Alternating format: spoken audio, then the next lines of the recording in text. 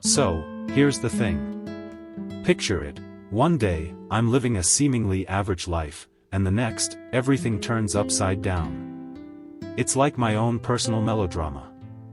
I'm a 44-year-old guy and my soon-to-be ex-wife, let's call her Emily, is 39. We've been married for 11 years, no kids. Life did a number on me when I discovered through a routine blood test that I could potentially develop diabetes, gout, and hypertension. That was about 2 years ago, and let me tell you, it woke me up. We both decided to turn over a new leaf. I went from weighing 117 kilograms down to 85 kilograms, and Emily trimmed down from 83 kilograms to 65 kilograms. We felt invincible. And those health issues never appeared. Our commitment to fitness was real. We hit the gym almost daily, where a coach worked. Let us name him Jack. When Emily started to get in shape, she caught everyone's eye. She's always been gorgeous, with a busty figure and legs that could stop traffic, so the attention didn't surprise me. And naturally, Jack wasn't immune to her charms either. It's a gym. I noticed how he ogled women's backsides and flaunted his muscles like a peacock on display. Now, here comes the kicker. One day, while we were sweating it out on the ellipticals, imagine this scene, Jack decides to strip his shirt and get into some intense cable crossovers right in front of us. I looked over at Emily, expecting her to roll her eyes, but instead, she was fixated on him, and I swear, she licked her lips. I looked over at Jack, and sure enough, he was grinning like he'd won the lottery. It crushed me. On the drive home, I made a light-hearted comment about Jack's antics, but Emily acted oblivious. Flat out denied she noticed anything and shrugged it off as if she were thinking about something else. Over time, I observed them chatting more during our gym trips. A few weeks later, things escalated. Emily was at the Smith machine doing squats when Jack trotted over to assist her with a hand placed snugly on her waist. Oh, that was it for me. I stormed over in full swing and told Jack I could handle it from there. He just smiled, no biggie. No problem, buddy, he chirped and sauntered off. Emily knew I was fuming. She just threw her hands up in the air and called me immature and jealous. So, we had it out at home, and it was quite the scene. The gist of it was, I accused Jack of making moves on her, which she conceded to knowing about, but swore she'd never cheat. Her excuse was she didn't want to seem rude by telling him to back off. After a long argument, we decided to switch gyms. I thought that would put the matter to rest, but no, the resentment lingered. Time marched on, and tensions bubbled under the surface. Emily held a grudge, insisting my trust issues were the problem. Just when I thought things were settling, a great work opportunity opened up for me in the afternoons, so we started working out at different times. I took the mornings, Emily the afternoons.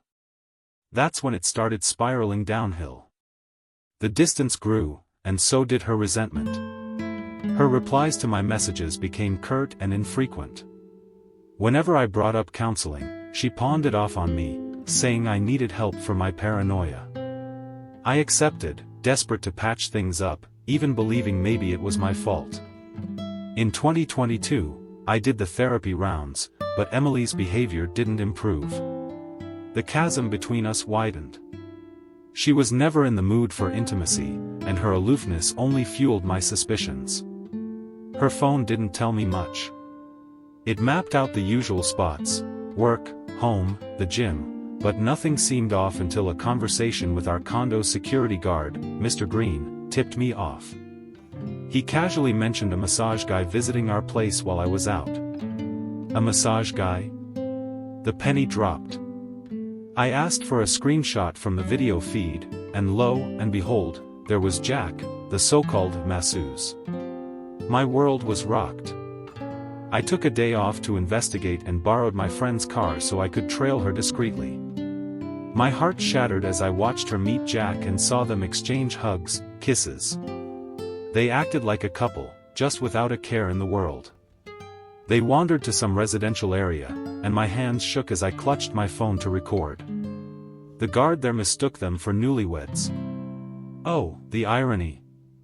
I tried calling Emily, but noticed her phone was innocently sitting inside her car. Of course, she never brought it along. How convenient. More surprises rolled in. She hadn't set foot in the gym for 8 months. None of this made sense anymore. When I reached home, I confided in my dad. He calmly advised gathering evidence. With my marriage beyond repair, I needed proof for when it came to settling things legally. Then came the part one shudder to recount. Home alone, I grilled Emily later that day. She claimed to have been at the gym. Lie. I smoothed into acting normal, saying I had the flu. The next steps were strategic. I set my laptop to mirror her phone and hit the jackpot. There were texts under a female guise with tons of conversation scrubbed. Clever, right? But a few gave the game away. They had their codes. Boss is in his office. He's clueless. Sure, boss must be clueless here. The bombshell didn't stop there. Emily was moving on campus to her sisters claiming situational difficulties. When I finally caught them in the act, red-handed, with Jack scrambling after me buck naked, I knew I had all I needed. Legal action was inevitable. Jack had the audacity to square up to me, but a swift, unglamorous move, straight out of a Mel Gibson flick, had him gasping for air on the floor. Emily's attempts to bargain were in vain. Nothing could patch this up. The aftermath left me hollow, and in the days that followed, I dealt with endless phone calls and attempted mediations. At least her sister now knew the truth. My engagement with the gym, Mr. Green, and navigating through logistics with lawyers became the new norm. It dawned on me that the life we built was beyond salvaging. My focus now lies in rebuilding my world from the ground up. Selling the condo and starting fresh seems like my ticket to reclaiming peace. So here I am, regrouping and taking cautious steps toward a new chapter. Ever been blindsided like this? What would you do? Let me know in the comments below. If you like this kind of content and want to hear more real-life stories, don't forget to subscribe to the channel.